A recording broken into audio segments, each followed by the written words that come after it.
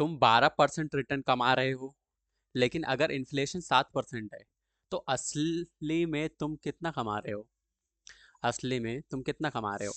अगर ये सवाल कभी सोचा ही नहीं तो आज का एपिसोड तुम्हारे लिए बहुत इंपॉर्टेंट है। देखो, लोग सिर्फ रिटर्न देखते हैं, लेकिन स्मार्ट इन्वेस्टर देखते हैं रियल रिटर्न। फॉर्मूला सिंपल सा है, रियल रिटर्न यानी इन्वेस्टमेंट रिटर्न माइनस इन्फ्लेशन। अगर तुम्हारा म्यूचुअल फंड 12% दे रहा है और इन्फ्लेशन 7% है, तो तुम्हारा रियल रिटर्न सिर्फ 5% ही है।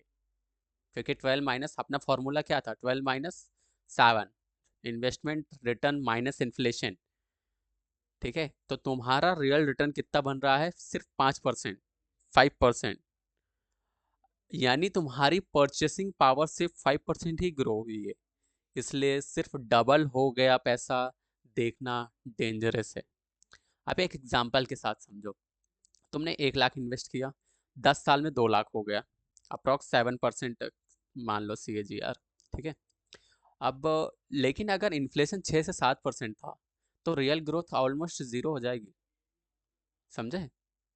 अब एग्जाम्पल 2 के साथ एक समझते हैं। FD 6% दे रही है, इन्फ्लेशन 7% दे रहा, मतलब तुम्हारा हर साल 1% लूज कर रहे हो, है ना? तुम हर साल 1% लूज कर रहे हो। और परचेसिंग पावर में यही साइलेंट लॉस है। कैसे? वही अपना फॉर्मूला। समझे? कौन सा फॉर्मूला? रियल रिटर्न कैसे निकालते हैं? Investment return minus inflation. याद रखना ये फॉर्मूला, और हर जगह ये फॉर्मूला यूज़ करो। ठीक है, तो यहाँ पे हमने FD कितने 6% ली थी और इन्फ्लेशन 7% था, तो वही 6 - 7 मतलब 1% लूज कर रहे हो परचेसिंग पावर में ना, ये साइलेंट लॉस था।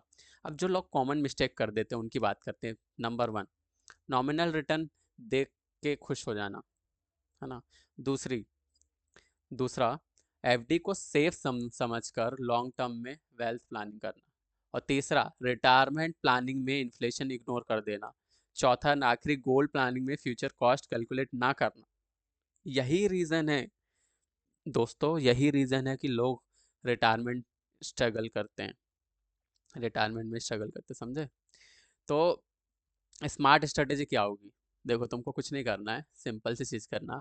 लॉन्ग टर्म गोल के लिए इन्फ्लेशन बीटिंग एसेट चूज करो, यानी इक्विटी इंडेक्स फंड या फिर ETFs वगैरह।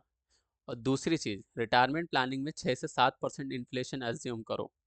और गोल, तीसरी चीज़, गोल कैलकुलेट करते वक्त फ्यूचर वैल्यू निकालो।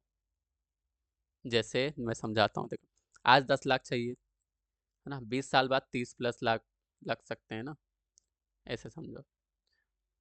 अब चौथा, रियल रिटर्न माइंडसेट अडॉप्ट करो। सिर्फ परसेंटेज रिटर्न नहीं, परचेसिंग पावर भी देखो, दोनों ज़रूरी है।